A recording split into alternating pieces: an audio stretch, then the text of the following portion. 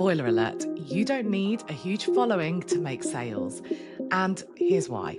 The things that you do need to make sales is actually the same, regardless of the size of your following. Now, if it's your first time here, welcome. I'm Samantha. And in this episode, I'm going to break down some staple things to include in your marketing and sales strategies that will lead to sales regardless of the size of your audience. It's going to make you think, it's going to motivate you to take action, and most importantly, it's going to lead to more sales, which means spreading your impact. Enjoy. Now, when it comes to your audience size and quality, I'll add, it's totally unrelated to being able to make sales, but it isn't unrelated to the volume of sales. Now, this is a pretty important distinction. Notice that the focus of today's episode is specifically on how to get sales regardless of your audience size. It's not about getting a specific volume of sales, and here's why. The size of your audience, it does matter when you look at your sales numbers. And there's a really simple explanation as to why it matters. The reality is, when you're promoting something, regardless of how you're running that campaign, only a percentage of your audience will be captive. Only a percentage of them will buy. So when you look at it in percentages and not in numbers, the size of your audience does matter. The larger your audience, the higher number that percentage will equate to.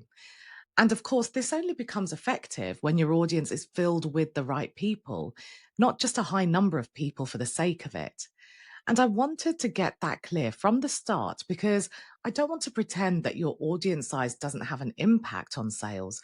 But equally, I don't want your audience size to paralyze you or to worry you about even trying. The beauty of everything I'm going to talk about today is that you can apply this regardless of the size of your audience and it will lead to sales. And it's not about those quick fixes or those silver bullet solutions. You have to put in the work. But if you're in my audience, if you're one of my listeners, I know you're not afraid to work hard.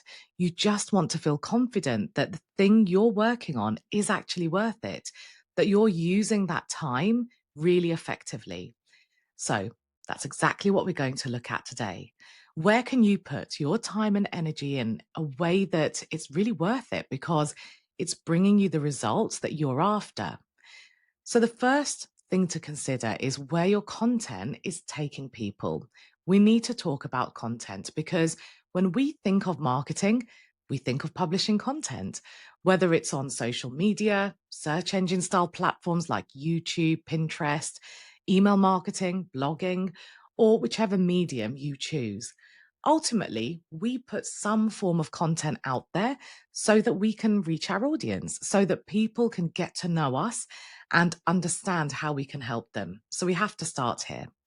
Now, there are two things about your content strategy that will make or break whether it brings in sales. The first thing is whether you're being intentional. And the second thing is where you are taking people, whether you're even taking people anywhere after your content. So let's start with being intentional. Let's imagine that I want to build my audience and help loads of people get to know me by being in magazines. So I'm choosing to go down the PR route. Okay, that's my choice for visibility. Now, I support business owners. I help them get more sales, spread their impact, and release time so that their businesses doesn't take over their lives. So imagine if I started featuring in magazines talking about my experience of being a dancer when I was a child. It's totally unrelated. Now, some people will subscribe to the whole any publicity is good publicity and just talk about yourself. But I think, especially for small business owners like us, it can be a bit of a waste of time. Putting myself forward for magazines that talk about learning to dance as a child when I want to be known for the work I do with business owners isn't aligned and it isn't intentional.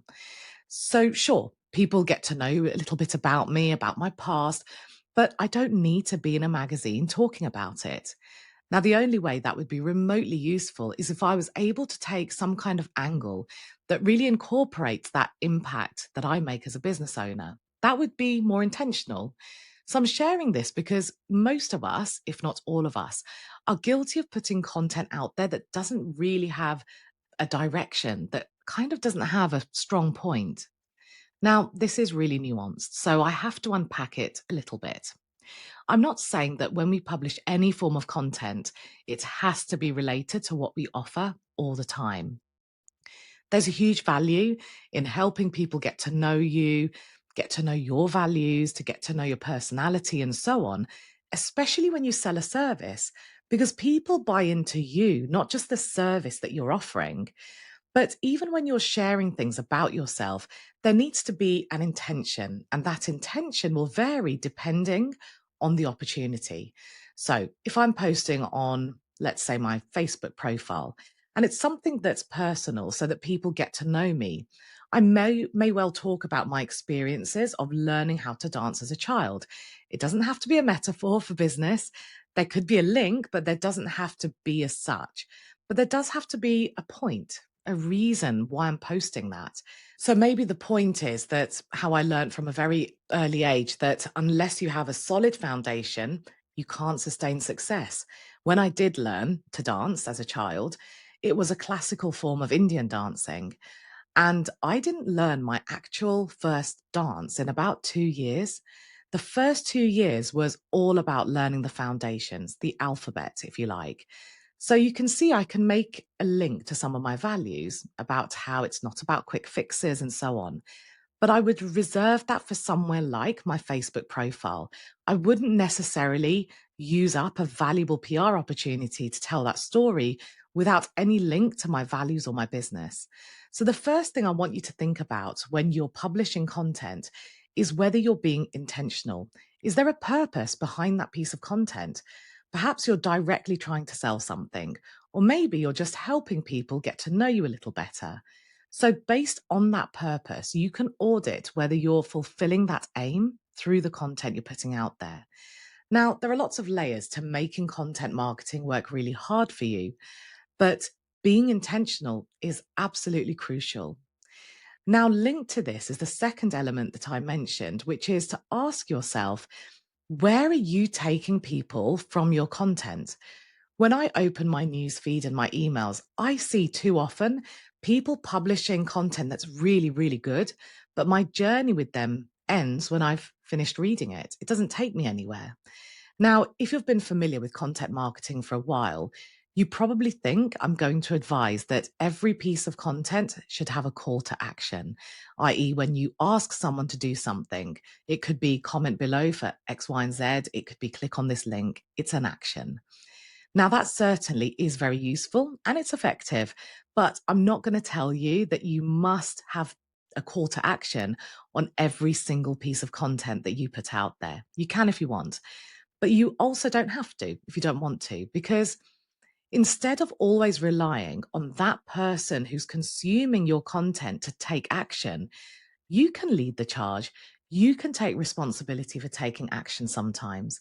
So here's a really simple example. On Instagram, there's someone whose name kept popping up on my content. They always supported my post, my stories. And so I decided to just send them a direct message, simply thanking them for their support. I wanted them to know that it didn't go unnoticed. And ultimately, I like getting to know people and building relationships on social media. So, what better way than to have a conversation? Now, off the back of that one message, this person replied within minutes. They told me how they listen to my podcast every week. Shout out to you if you know who I'm talking about. And they have done for years. And they said how they've been meaning to book a discovery call with me.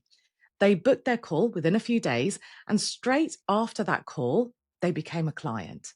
It was one message that came from my content and paying attention to what was happening and taking charge, taking the onus a little bit, putting the onus on me to take action instead of putting the onus on my audience.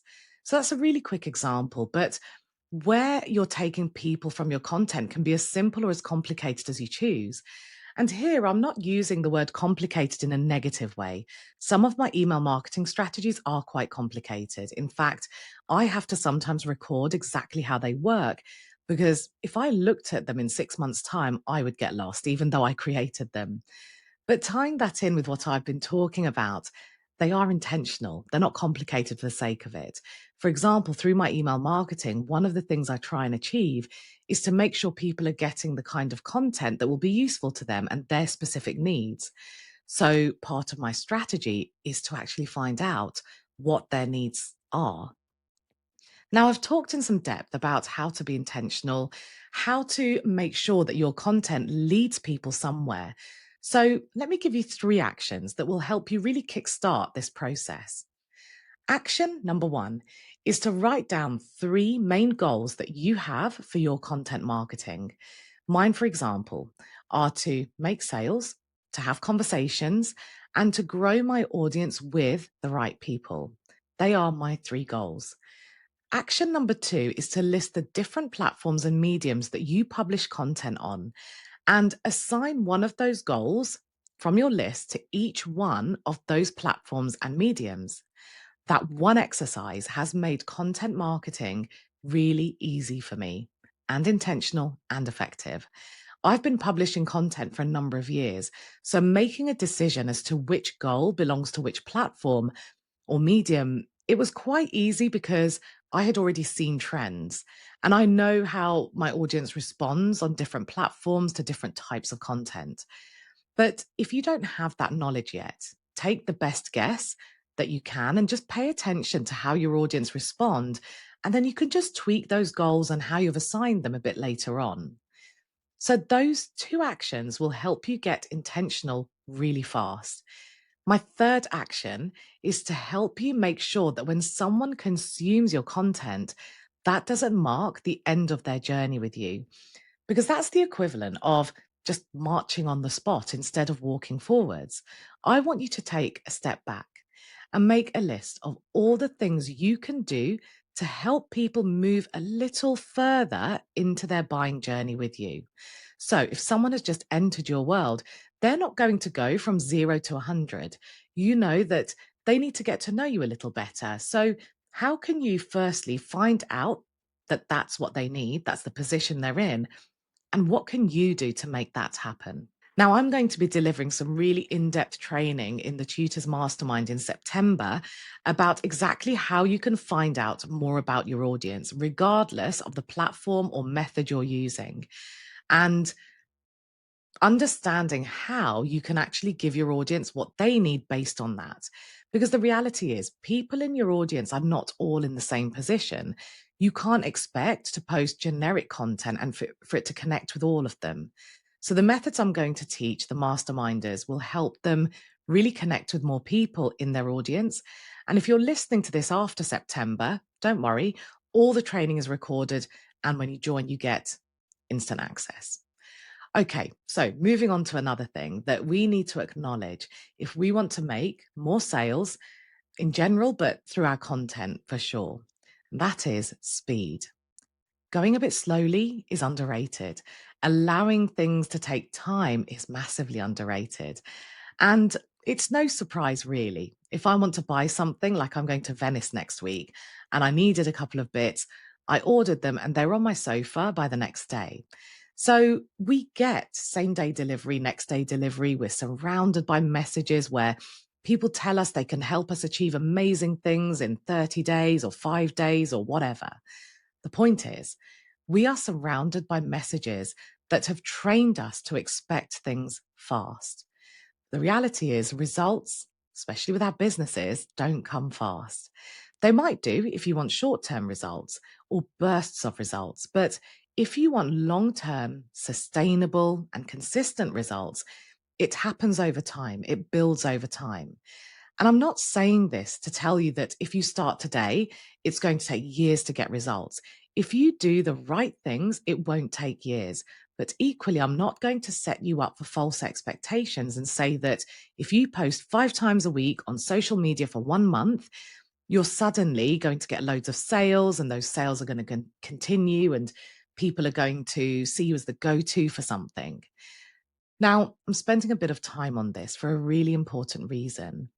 I cannot tell you the number of business owners I have worked with who really struggle with motivation when it comes to things like content marketing.